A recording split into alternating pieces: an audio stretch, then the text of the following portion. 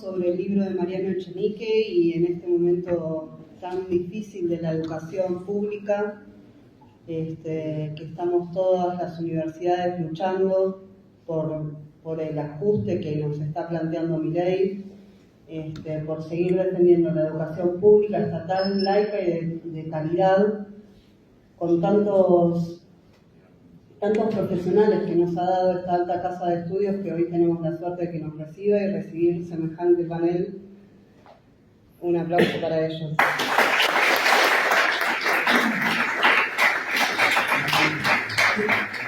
En primer lugar, le voy a dar la palabra a Gustavo Oliva, que es abogado, fue subsecretario de Educación de la provincia de Buenos Aires, es rector del Colegio Rafael Hernández, también de la universidad, y fue senador provincial también en el 2011-2015. Bueno, te cedo la palabra, Gustavo. Muchas gracias. Buenas tardes a todos. La verdad que es una sorpresa, Mariano, estar acá compartiendo algunas palabras, algunas reflexiones con todos ustedes. En especial es una gran sorpresa estar al lado de un compañero correligionario radical de mucho tiempo de militancia y muy reconocido en la Argentina. Así que para mí es un honor que nos encontremos hombres de la democracia y además investigadores inquietos como es Mariano. A mí me pasó que el libro pasado, el anterior, ya no sé cuántos ha publicado Mariano, tres. Me tocó presentarlo también en esta Facultad de Ciencias Jurídicas y Sociales. Y la verdad que hoy no tuve tiempo, porque me dijeron, igual queremos que nos digas unas palabras, unas reflexiones sobre el momento, de prepararlo porque yo no estaba configurado ni programado para este panel. Pero bueno, ya que nos dan una oportunidad a veces a los educadores o políticos para poder expresarnos en un momento tan difícil, siempre viene bien compartir algunas reflexiones y escuchar a los que más saben de esto. Digo esto porque yo soy egresado de la Universidad de La Plata en una época muy particular, donde las cosas se dirimían de otra manera, y donde fue una etapa bastante especial. Los años 70 no fueron, es más, no son recomendados para nada. Sí, por ahí lo que rescato es la entrega que había en esa época, no solamente de parte de los compañeros del peronismo, como es en mi caso, sino del radicalismo, ¿no? Todo el empuje que había. Bueno, por supuesto el contexto era otro. El Che Guevara recientemente, bueno, en la proximidad de los años, estaba muy cerca nuestro, la campaña para el regreso de Perón. Es decir, una universidad convulsionada, pero a su vez muy militante. Cosa que rescato, valoro y ojalá podamos recuperar de alguna manera en términos de actitud, de lo actitudinal. Es decir, la actitud que tenía el estudiante en esa época, como para involucrarse, como para defender sus derechos. Y siempre son difíciles y odiosas las comparaciones. Pero hay un sociólogo francés, François Douet, que habla de las épocas de las pasiones tristes, que estamos en una etapa de pasiones tristes, unas pasiones donde estamos más en el inmediato de ver el de al lado cómo le va o no le va, con términos de mediciones más meritocráticas, y creo que nosotros en eso, más allá de todos los errores que hemos tenido, por supuesto, como generación y como universitarios de esa época, realmente creo que hay algunas cosas como para rescatar.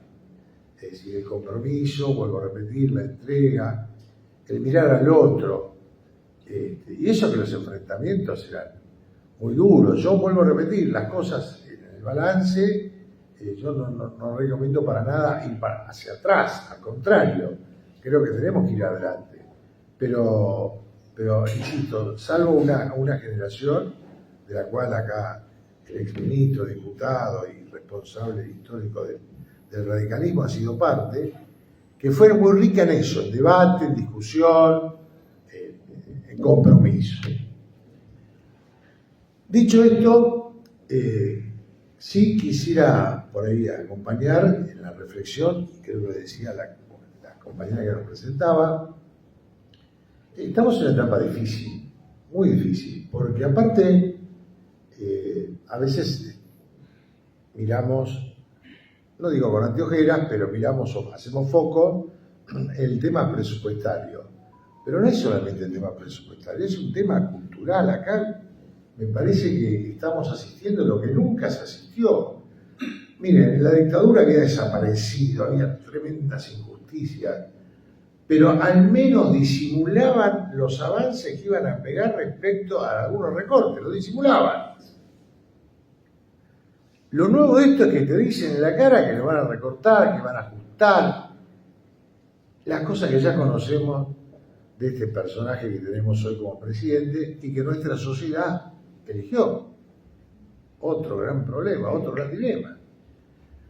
Ahora, poniéndole un poco de entusiasmo a la cosa, Mariano, y seguramente en la obra tuya hay más preguntas que entre todos podríamos responder, por supuesto, porque aparte sé que sos un concienzudo pensador de la educación. Me parece que nosotros tenemos una gran posibilidad también, esto como no sé si dice en la psicología, de ir a fondo y salir, ¿no? Me parece que es un buen momento también, más allá de los achaques que tengamos en términos políticos, de credibilidad y demás, de también revisar qué hicimos nosotros como comunidad universitaria para estar en esta situación. Si hemos aportado realmente al compromiso, al esclarecimiento, a la concientización de la importancia que tiene la educación en la Argentina. Y me parece que ahí tenemos un pequeño déficit, que ojalá nos sobrepongamos y ojalá realmente podamos dar fin, no un gobierno, sino un esquema de pensamiento tan horrible como este. Cuando a veces dicen, bueno, que le vaya mal al gobierno, yo, la verdad, sinceramente, no, para que avance esto, es una locura total. Yo no quiero que avance la destrucción de la escuela pública, no quiero que avance la indiferencia con los jubilados y el maltrato a los jubilados, porque además se lo reprime. Yo me acuerdo, miren, por mucho menos, y acá tengo algún compañero de gabinete en su momento, López Murphy quiso ajustar las universidades y amagó, y no solamente recibió respuesta de toda la sociedad, sino que los ministros, como en el caso de Freddy, renunciaron a ese gobierno. Es decir, estábamos renunciando a la posibilidad de que no se geste un hecho maldito, porque ese es el hecho maldito. Y acá estamos ante una actitud política que desorganiza la sociedad. Porque si hay algo, que creo que podemos compartir, que venía bien en Argentina, es la universidad pública. El diamante mayor, más preciso, más cotizado de la Argentina es la universidad pública. Ya sabemos los ejemplos de India, del Medio Oriente, que el petróleo no alcanza para ser ricos. Va por la educación. Y la educación es un derecho humano fundamental y es el bien social que debemos resguardar entre todos. Hoy veo que, por suerte, hubo un plan de lucha, por suerte, no hay enfrentamientos de la gravedad ni de la importancia de ninguna época entre los estudiantes, hay una comunidad universitaria que se está poniendo de pie junto a los docentes, a los trabajadores, y yo reivindico mucho a los chicos, a los estudiantes, porque creo que ellos han sido, y la verdad, voy a hacer una confesión, yo no esperaba prácticamente nada, además, en alguna oportunidad he pasado por el Centro de Estudiantes de Derecho, hace 4 meses, lo mismo dice la Facultad Económica, y me presenté y le dije, mire, yo soy profesor, en algún momento fui profesor acá de un posgrado de educación, justamente, el derecho a la educación que, oh casualidad, se regularon todos los derechos menos el derecho a la educación. Esto también es una cuestión pendiente, ¿no? Fíjense que ustedes en la Facultad Jurídica ven derecho agrario, derecho a la minería, derecho a todos los derechos civiles, comercial, pero derecho a la educación no. Eso es una deuda que tenemos y ojalá podamos corregir. Yo leí simplemente un seminario y me acuerdo que hacíamos este planteo de por qué no se legislaba, no se regulaba o no se incorporaba una materia como fuera el derecho a la educación, que tiene tantas leyes y tan copiosas leyes. La ley de educación nacional, la ley de educación superior, todo disperso. Si uno le pregunta a un argentino, bueno, ¿qué es la educación? ¿Por dónde empezar? En realidad sería una tragedia, porque ¿por dónde empieza? Y creo que no se ha sistematizado ni se ha compilado este derecho y que se ha estudiado. Me parece que por ahí dejo esta reflexión como aporte para que en los próximos tiempos, en las próximas décadas se pueda llegar a eso. Pero decía que me parece que en este momento nuestra lucha, nuestra capacidad de resistencia a esto tiene que pasar por la unidad de todo el campo nacional popular. Porque acá no es que vienen contra los peronistas, contra los radicales, vienen contra todo. Y nos están ganando la batalla cultural. Miren, ayer lo de Halloween. Que no está mal. La cuestión es pagana, tampoco vamos a hablar de la fiesta religiosa, pero yo se veía y filmé, y lo digo, y demás, mi nietita con mi hija participaban de la fiesta y se papá esa alegría, todo lo contrario. Digo, pero ¿sabes qué pasa? Es demasiado. Justo hoy me decía, no, hoy no, ayer me decía un comerciante, acá dice, el que promovió esto fue Arcor, por la venta y por el fenómeno que se genera a través de la venta. Y digo, mira qué interesante, no sabía. Dice, hace 10 años que Arcor viene poniendo fichas para el tema de Halloween. Bueno, digo, no sería nada si el contexto fuera otro. A mí me interesaría ver el 10 de noviembre si va mi nietita disfrazada de, no sé, de algún paisano o campesina, no sé. O repartiendo empanadas, claro. Y me parece, por eso digo, ¿no? Que estamos en una dificultad importante. Y yo, para finalizar, siempre voy a recomendar las cosas que investiga Mariano, porque entiendo que es un militante de la educación, un militante de la sociología, un militante político que realmente trabaja en serio para tener una educación de calidad para todos. Y creo que lo hace además, como diría Jauretche, con alegría. Y creo, la última reflexión que dejé es que no nos quite la alegría, que no le quite la alegría a los jóvenes de ser jóvenes, de poder pensarse como sujetos activos, protagónicos, comprometidos con el otro, y que tengamos y que podamos volver a recuperar ese símbolo que es nuestra universidad pública, que además no solamente favorece, porque este es otro de los debates que se arman, a los argentinos, sino que tenemos un brazo extendido de solidaridad y compromiso con el resto de la patria latinoamericana.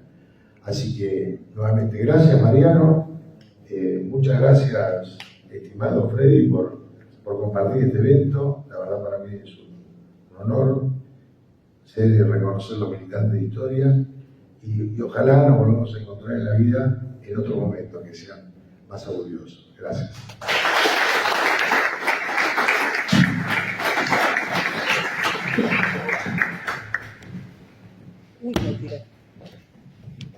Muchas gracias, Gustavo.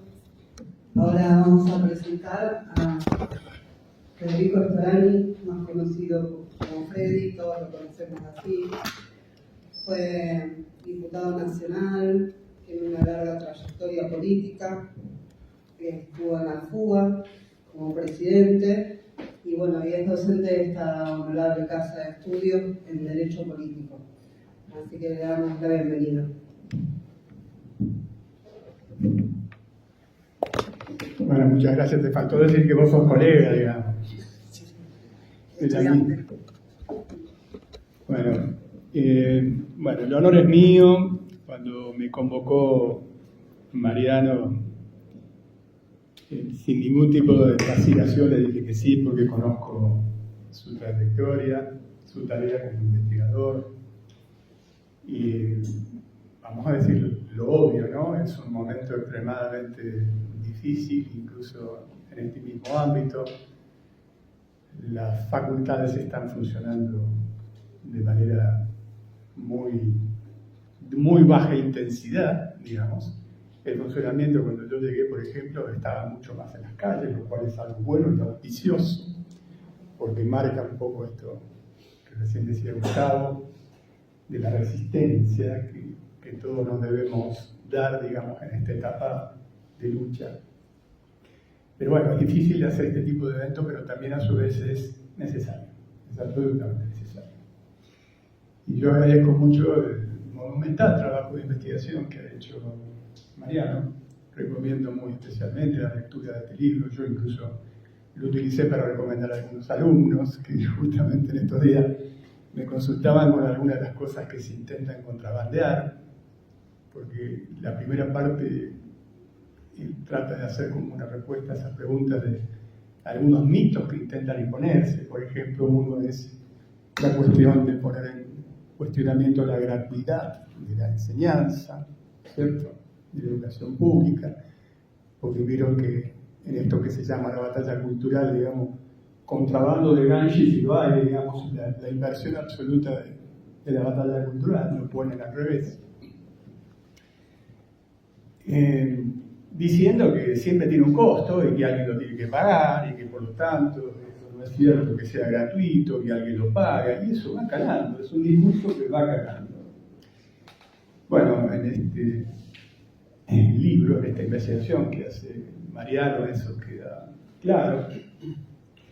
Efectivamente, la educación es una de las funciones, podríamos decir, esenciales del Estado, incluido de los modelos de Estado liberal clásicos, que se salen solamente de impartir justicia y tener el monopolio de la seguridad y de la fuerza pública. También tienen que proveer a la educación, a la salud y a muchos otros derechos que se han ido incorporando y que nos han ido enriqueciendo, ¿no? Después vamos a hablar un poquito también de eso.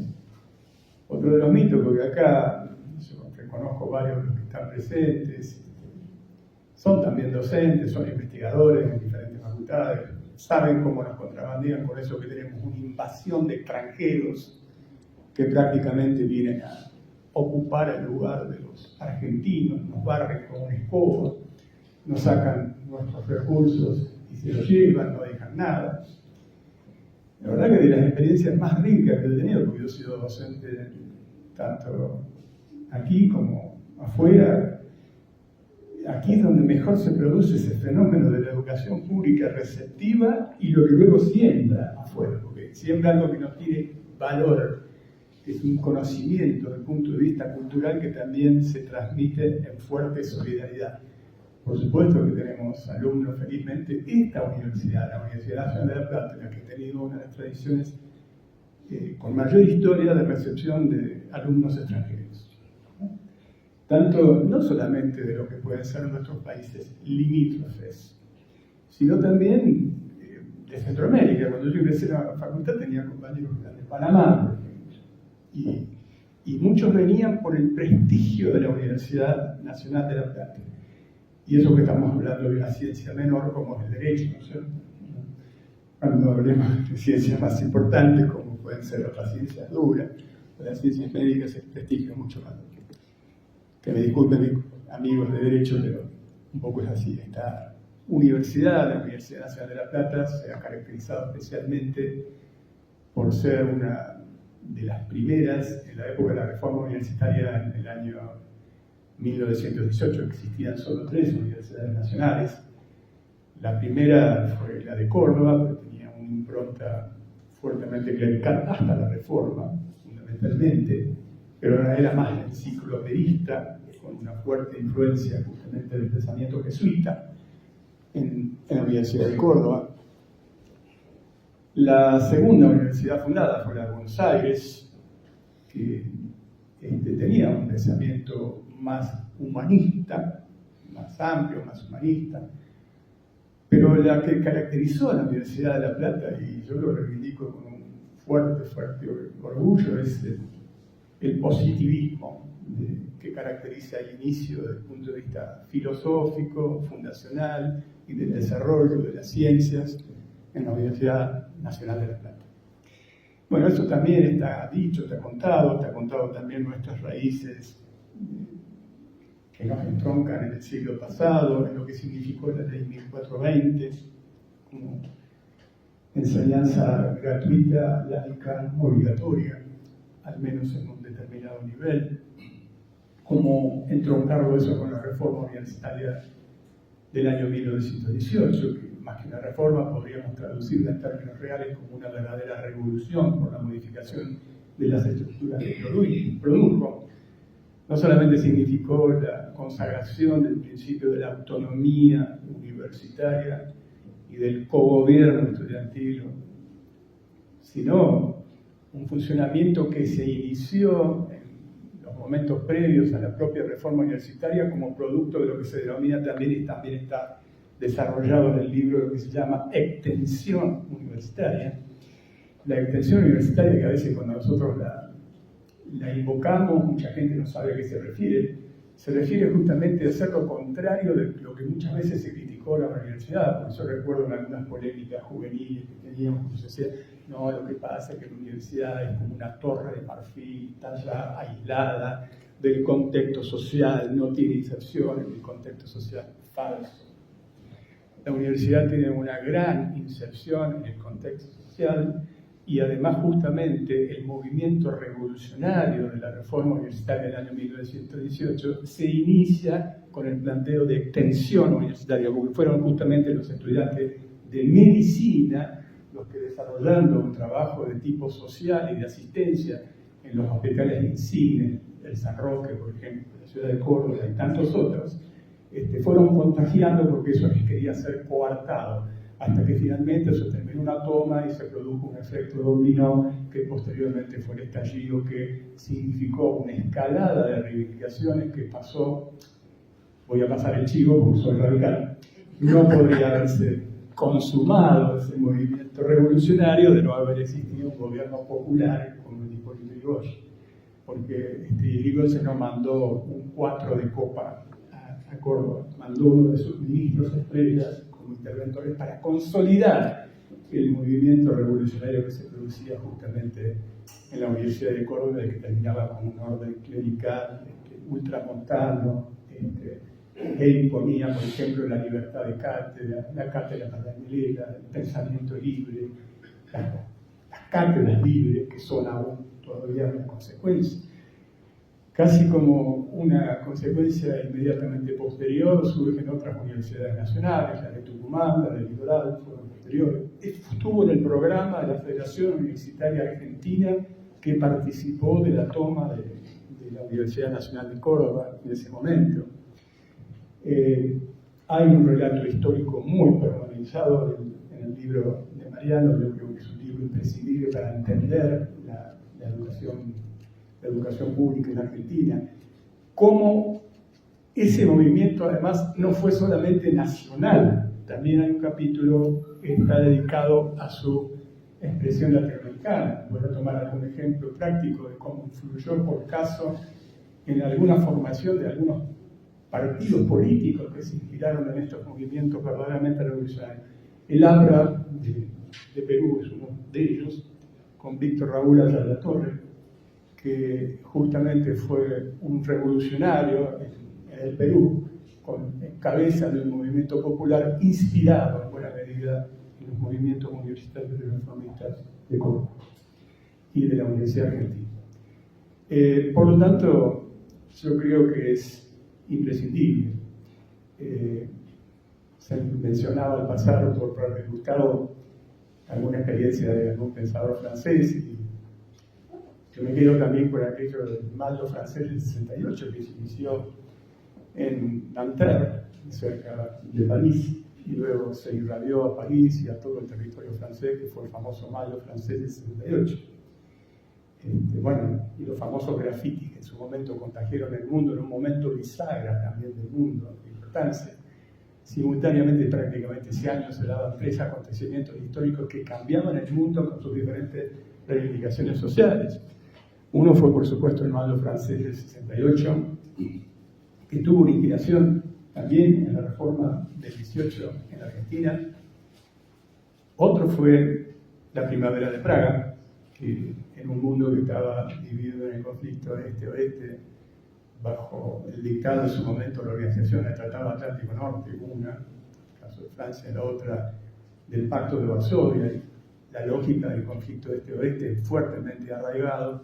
Sin embargo, la Primavera de Praga también significó un grito de libertad, y está todavía presente en nosotros la inmolación en la casa de Wenceslao de un estudiante como fue Jan Palach, checo, en Praga, que se inmoló, se prendió fuego como protesta a la invasión por parte del Pacto de Varsovia de Praga, cuando lo que quería hacer Checoslovaquia en aquel momento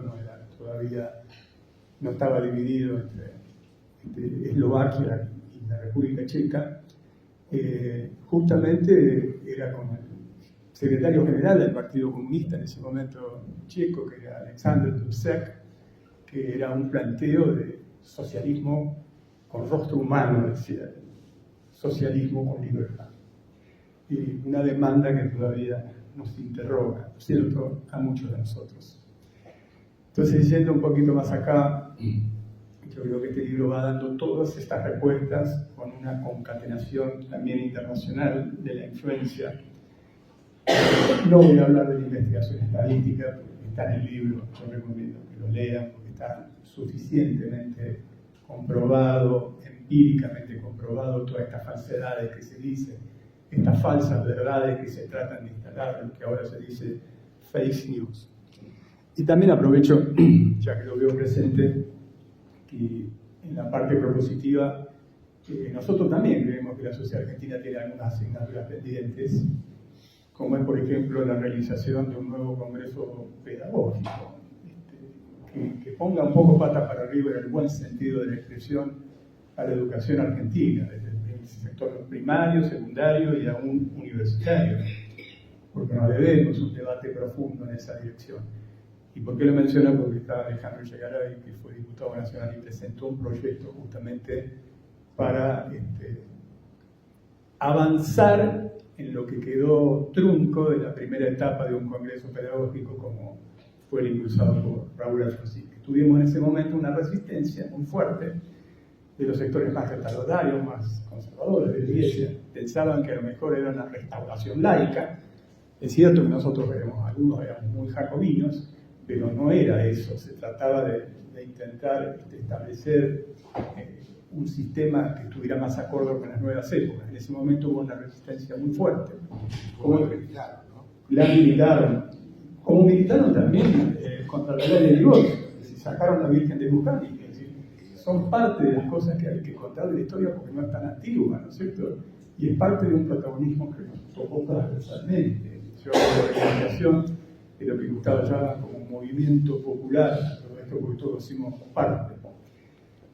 Tal vez yo venga de una generación un poquito anterior, pero estas paredes de esta misma facultad van a encontrar, bajan un piso, las víctimas. Dos de ellos me resuenan muy fuertemente porque salieron en un voto de un escrutinio de la Facultad de Derecho, condenados a muerte por apresar, y el tercero es quien está hablando. Por supuesto, yo bajé muy rápidamente a los otros dos, están ahora recordados en las paredes. Por lo tanto, lo que yo quiero es rescatar una historia de lucha y no puedo dejar de decir algunas cosas actuales. Yo recomiendo muy especialmente el libro está fuertemente documentado, responde todo este tipo de preguntas, hace propuestas, hace una investigación histórica, hasta investiga sobre la aparición de las diferentes facultades, sobre todo en la Universidad de Buenos Aires. Y dice, cuando apareció psicología, o sociología. Por ejemplo, nosotros acá en la Universidad Nacional de La Plata todavía tenemos una asignatura pendiente que no tenemos ciencia política, por ejemplo, ¿no? La quisimos hacer, pero bueno, todavía son luchas para dar. Pero lo que yo quiero es no dejar pasar por alto la reivindicación de un espíritu democrático que reina en esta mesa, de la investigación, de la defensa de la educación, porque yo creo que el embate que tenemos es un embate fuertemente ideológico. Está bien que acá hay una derecha global que se manifiesta en todo el mundo. Tuvimos la mala fortuna de que la repartija nos tocó el peor, el más ignorante, el más mediocre, el más agraviante, el que cultiva de una manera extrema el discurso del odio, el que lo hace de manera sistemática, con insultos, con agravios, con descalificaciones. Y lo digo con cierto conocimiento y alguna investigación que he hecho sobre el tema, es decir, si nosotros vemos, por ejemplo, Donald Trump, que puede llegar a ser nuevamente presidente de Estados Unidos, parece joda, pero puede ser, al menos defiende lo que se denomina el cinturón del óxido, porque al estar en una competencia con una superpotencia como la República Popular China, defiende a sus trabajadores, tiene un espíritu, si se quiere, nacionalista. O aún un Bolsonaro que al venir de un partido militar y tener 28 años de vida política, quien se plantea como antipolítico, tiene 28 años, ya 30 de trayectoria política en todo lo que es la casta política, tiene un criterio más desarrollista, porque el militarismo brasileño tuvo ese planteo históricamente. Insisto, nos tocó el peor. Nos tocó el más ignorante, el más bruto, el más agresivo, el que más cultiva el discurso del odio. Y hago esta reflexión porque no puedo dejar pasar por alto que hace apenas un par de días insultó gratuitamente a quien encabezó el proceso de transición del autoritarismo a la democracia en condiciones extremadamente difíciles, como fue Raúl Alfonsín. Y está claro que no lo hizo solamente porque es un sacado, sino porque responde a un método. No nos comamos el amague de creer solamente de que es un loquito. Sí, es loquito además. Pero además tiene un sistema, tiene un método. Ni siquiera es original en este método. El método este es lo mismo que le recomendaba un exponente de extrema derecha a Donald Trump, Steve Bannon, por ejemplo, que le decía que hay que intoxicar de mierda las redes sociales y los medios de comunicación para imponer una agenda. Pero además, si lo buscamos más en el hilo histórico, lo vamos a encontrar también en Joseph Goebbels, el ministro de propaganda del Tercer Reich, nada más ni nada menos, que era aquello de que miente, que algo quedará. Porque, por ejemplo, yo puedo decir que a lo mejor para mí fue un gran estadista, sí, pero puedo entender que haya otros argentinos que piensen que a lo mejor no, pero lo que nadie puede dudar es que fue un gran demócrata y que tuvo un criterio de amplitud para construir poder, que lo hizo con pluralismo, que lo hizo con entrega, que lo hizo con coraje, que lo hizo con valor. ¿Y cuál es el mensaje? Si Alfonsín puede ser sospechado de golpista, a partir de ahí vale todo. Porque no vale la democracia. Lo que se pone en cuestión es el propio sistema democrático. Por eso que yo digo que la contradicción fundamental, y vuelvo a nuestros orígenes gramscianos, digamos, no es que si los pueblos, antipueblos, como decíamos en la época de la contradicción fundamental, lo que éramos de la coordinadora en aquella época. Hoy es democracia o neofascismo, o un fascismo postmoderno, porque lo que hoy estamos teniendo, parezca o no, pero tiene ese diseño. No es novedoso, no es nuevo desde el punto de vista del plan que aplica. Aplica un plan de economía primaria, lo decía Gustavo, yo tuve una frase en su momento que me costó muchísimo. Yo dije que estaba en contra de que tuviera éxito. Fue en la época del Mericabal.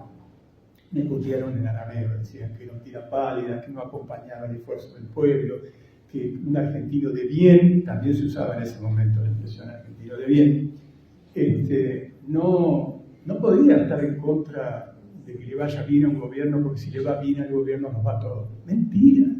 Si le va bien a este plan de gobierno, nos va por cama la mierda con todos los que estamos acá, por lo menos. Y a la mitad de los argentinos que quedan excluidos. Si este fuera un círculo que cierra perfecto, la mitad de los argentinos queda fuera del círculo, aunque la macroeconomía cierre. Hoy no le dicen bicicleta financiera, le dicen carry on. Hay mucho más paquete, ¿no? Pero es lo mismo. Es exactamente lo mismo. Economía primaria, economía financiera, porque en un momento donde existe recesión económica y casi depresión económica, hay 23 grandes empresas que la hacen en pala. Y no la hacen porque venden más producto de la producción de su trabajo genuino. La hacen porque están en la especulación financiera y porque además se les flexibilizan todas las leyes laborales, entonces el costo laboral es mínimo. ¿Qué significan los instrumentos metafóricos que se utilizan en este momento? Licuadora y motosierra. La licuadora es la licuación de los haberes de ingresos fijos. No es ningún ajuste sobre la casta. Acá se licúan los salarios, porque comenzamos con una devaluación del 12 de diciembre del año pasado del 120%. Y eso alguien lo paga. ¿Lo pagó la casta? No lo pagó ninguna casta. Lo pagaron los sectores de ingresos fijos y muy particularmente los jubilados. Muy particularmente los jubilados. Pero además tiene un diseño de un modelo institucional. El modelo institucional es de restricción de las libertades públicas, de la conquista de los derechos que nosotros hemos ido avanzando. Hemos ido retrocediendo y van por más. Van también por la educación pública. Van también por la educación pública, porque como bien lo dice el libro, la educación pública es realmente lo que garantiza la igualdad de oportunidades. Algo tan sencillo que tantas veces hemos hablado y demás, está justamente en la defensa de la educación pública. Y es una cuestión ideológica, es una cuestión de modelo, por lo tanto, no es raro que cuando va a un seminario de los ultraempresarios de la Argentina sea ovacionada cada 5 segundos, digamos. Y algún otro, como justamente el presidente que a mí más me identifica, no lo dejaban hablar en alguna de estas grandes corporaciones. A ver, no quiero ser más larguero, simplemente señalar lo siguiente. Para generar alguna esperanza, que yo estoy seguro que vamos a ganar, porque el péndulo viene para este lado. Y hay que persistir y tener mucha voluntad, mucha lucha, y el péndulo viene para este lado. Por lo tanto, me quedo con la frase de los grafitis del malo francés que dice: sean realistas, pidan lo imposible, exijamos lo imposible, hagamos lo imposible.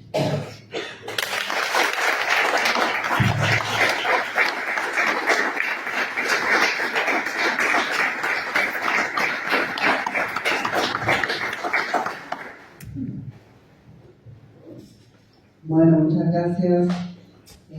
Ahora presentamos a Mariano. Él es doctor en Ciencias de la Educación de la Universidad, también de acá de la Universidad de La Plata. Es autor de los libros La Propuesta Educativa Neoliberal, del 2003, de La Concordancia Cambiemos, del 2019, y este es su último libro, 100 preguntas sobre la educación superior argentina. Fue coordinador de asesores en la Comisión de Educación en la Cámara de Diputados de la Nación y es subsecretario de Educación en la Media de la UBA desde el 2014 y docente de Políticas de Educación y Salud desde el 2017. Y desde el 2020 es el director de nuestro instituto, FORJAR. Así que le damos la bienvenida a Mariano.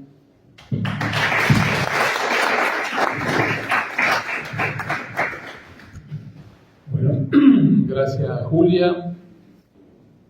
Para mí es un honor estar rodeado de figuras. Bueno, Julia ha sido concejal, Freddy Storani prácticamente un mito viviente, presidente de la Federación Universitaria Argentina allá por 1974, 4 veces diputado, precandidato a presidente. Bueno, Gustavo, que ha sido ministro de Educación muy joven en la época de Antonio Cafiero en la provincia de Buenos Aires, y autor de iniciativas muy importantes como el gobierno escolar, como en una época el Código Educativo más adelante cuando fue senador provincial. La verdad que me siento rodeado de figuras muy halagado y también muy halagado por muchas figuras que también están entre el público y hoy presente acá en la sala del Consejo de la Facultad de Jurídicas de La Plata, donde completé el doctorado. Yo hice un doctorado bastante largo, de bastantes años. Lo empecé el 3 de febrero y lo terminé aquí en la Universidad de La Plata. Paso primero las disculpas. En el caso del intendente Julio Alac, el gobernador Axel Kicillof le pidió que lo acompañe en una gira por el interior bonaerense, con lo cual él no pudo estar. Y en el caso de Victoria Tolosa Paz, bueno, fue un problema personal, por lo cual canceló la agenda tanto de ayer como de hoy. O sea que no solamente no pudo venir acá, sino también no pudo cumplir con un montón de compromisos que tenía en su agenda, tanto de ayer como de hoy. Bueno, hechas estas introducciones, quería contarles un poco de qué va este libro. Este libro, básicamente, lo empecé a pensar en ocasión de mis clases en la Facultad de Medicina de la UBA, donde doy clase en la carrera docente a quienes quieren ser docentes dentro de la facultad. Y noté que había un gran desconocimiento, no solamente de procesos históricos como la reforma universitaria de 1918, la gratuidad de 1949, o la noche de los bastones largos de 1966, o la transición a la democracia de 1983, sino también había desconocimiento sobre procesos donde los mismos médicas, médicos y paramédicas y paramédicos habían participado como estudiantes o como graduados, como ser la elección de autoridades de su propia facultad y cómo eso convergía en la elección de rector de la universidad. Y bueno, dije, bueno, voy a hacer un texto introductorio, es decir, se trata de 100 preguntas en 345 páginas y lógicamente la extensión de las preguntas no es exagerada, sino que tiene que ver con dar un pantallazo acerca de 3 grandes cuestiones, ¿no? La primera, la que señalaba muy bien Freddy recién, acerca de los principios básicos, ¿no? La autonomía, el cogobierno, la gratuidad, la libertad de cátedra, la extensión, la investigación, etc. Una segunda parte histórica, donde hay un repaso desde la época colonial hasta ahora, de distintos momentos que le tocó vivir a la Universidad Argentina en relación con los cambios políticos de cada época. Y en la tercera parte, la parte de las polémicas, que quizás es la parte más picante y la parte más de mayor actualidad en este momento, porque cuando yo las escribí no me imaginé que iban a ser retomadas en un contexto tan marcadamente agresivo hacia la universidad como el que estamos viviendo ahora y como lo señaló Gustavo y como lo señaló Freddy recién, donde está en juego, bueno, un cuestionamiento a las bases mismas de nuestra universidad pública, gratuita, abierta a estudiantes que nacieron en otros países que vienen a cursar a nuestras universidades, donde está en juego la cuestión del adoctrinamiento, donde se hace una acusación muy similar a la que se hacía en los años 80 en cuanto a que la universidad, de alguna forma, o la educación en general, en las escuelas, a través de los docentes, pero también a través de las agrupaciones estudiantiles, adoctrina a los estudiantes como si los estudiantes fueran envases vacíos al cual se puede llenar según cada coyuntura de un conjunto de ideas y bueno, ellos salen repitiendo esas ideas de por vida. La verdad que eso no es así. La prueba más grande fue que las últimas elecciones donde muchos jóvenes que estudiaban en la universidad pública terminaron votando a quien proponía un ajuste sobre todo el Estado, incluyendo la universidad pública, y creo que lejos de eso, de lo que se trata es de terminar con los ámbitos de deliberación, de terminar con la política, de terminar o de achicar la democracia, tanto en el país como en la universidad. Me parece que en ese sentido nos encontramos en una coyuntura donde estamos a la defensiva, tratando de que las universidades funcionen, ¿no? Tenemos un marco muy adverso donde tenemos dificultades grandes porque nuestros docentes no pueden con su salario de pobreza vivir, donde muchos docentes se pasan nosotros lo vivimos en las escuelas preuniversitarias de todo el país, que se reunieron en Salta hace poco. Muchos docentes se pasan de las escuelas preuniversitarias a las escuelas provinciales porque les pagan más en las provincias, pese a que las provincias no están en un buen momento, pero están menos peor que las escuelas que por ser dependientes de universidades son nacionales, que son nuestras escuelas dependientes de las universidades públicas nacionales, y donde también se va produciendo un éxodo de docentes en el ámbito propiamente de la educación superior universitaria, donde en ciertas ramas los docentes son tentados para trabajar para el exterior vía internet o presencialmente, o bien son tentados para trabajar en universidades privadas. Hay una especie de vaciamiento por goteo, hay una especie de, no quiero exagerar o crear una metáfora muy terrible, pero de noche de los bastones largos por goteo de la Universidad Pública Argentina, donde no hay ningún hecho de irrupción violenta en ninguna casa de estudios, pero sí hay, gota por gota, docentes que se van, donde hay una deslegitimación de la universidad pública y donde se busca aparentemente una provincialización de las universidades nacionales, que es una idea bastante antigua, porque ya en el 2000 el viceministro de Economía de Cavallo, que fue por unos meses ministro de Educación de la RUAP, Juan Liacha, había señalado que era necesario provincializar las universidades nacionales como una antesala para una eventual transferencia a la comunidad o privatización o algo parecido. De modo que, bueno, estas propuestas, lejos de ser nuevas, tienen un recorrido que yo trato de mostrar en el libro, y sobre todo a mí me preocupa la idea, y más que la idea, la proliferación de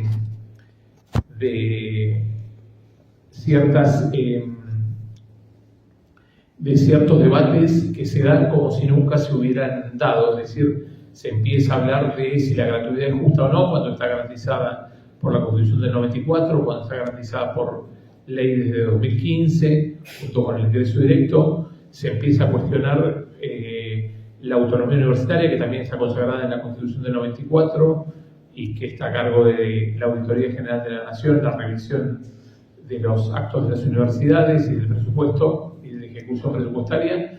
Todo se empieza a discutir como si no hubiera pasado y como si no hubiera leyes y como si no hubiera habido debates previos.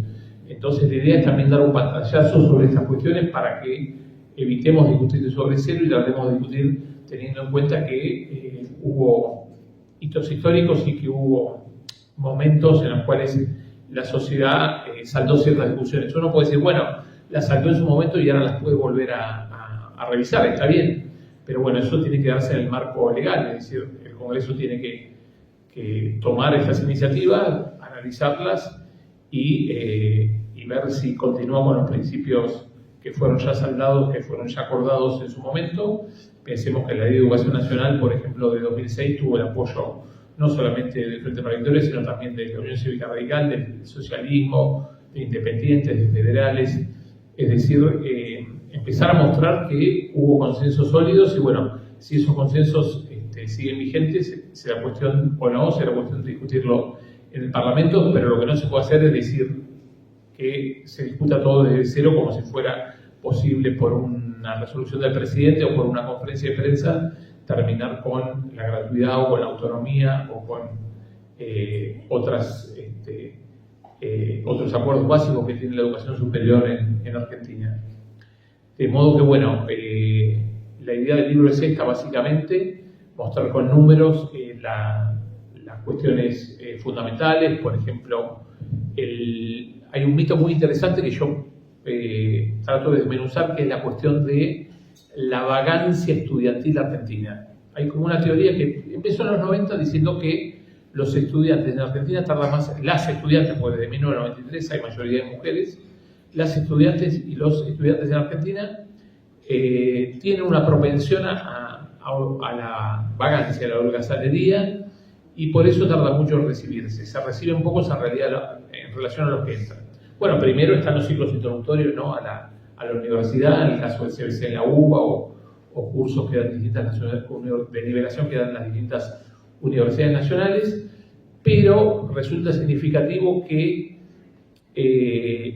si uno compara las cifras del 2019, justo yo escribí el libro ya en la época de la pandemia, con las cifras de los años de fines de los 70, donde existía examen de ingreso, arancelamiento, cupos, es decir, un número fijo de plazas para entrar a cada universidad, y donde, bueno, a eso se agregaba el ambiente de terror, las proscripciones académicas, el exilio de docentes y de estudiantes y de investigadores, bueno, las desapariciones y torturas, bueno, todo lo que significó la última dictadura, el universo de estudiantes que lograron recibirse en 5 años, que fue la medida que tomó el menemismo en los 90 para contar quién eran los estudiantes ejemplares, rondaba el 20%, que es el mismo porcentaje que tenemos ahora. Eso me llamó la atención, porque realmente uno pensaría que si ahora no tenemos todas esas limitaciones, el universo de los que se reciben en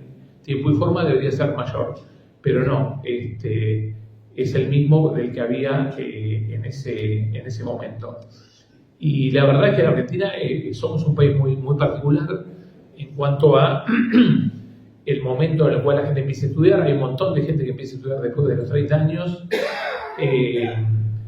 Tenemos un montón de gente que cambia de carrera, que estudia varios años de una carrera y que después de grande ya ha pasado distintos momentos, la maternidad o búsquedas de distintos empleos o cambios de ciudades, retoman en otra carrera. Y entonces es injusto hablar de deserción cuando se hace un esfuerzo grande por iniciar y en muchos casos terminar estudios en otra carrera que la que fue elegida inicialmente.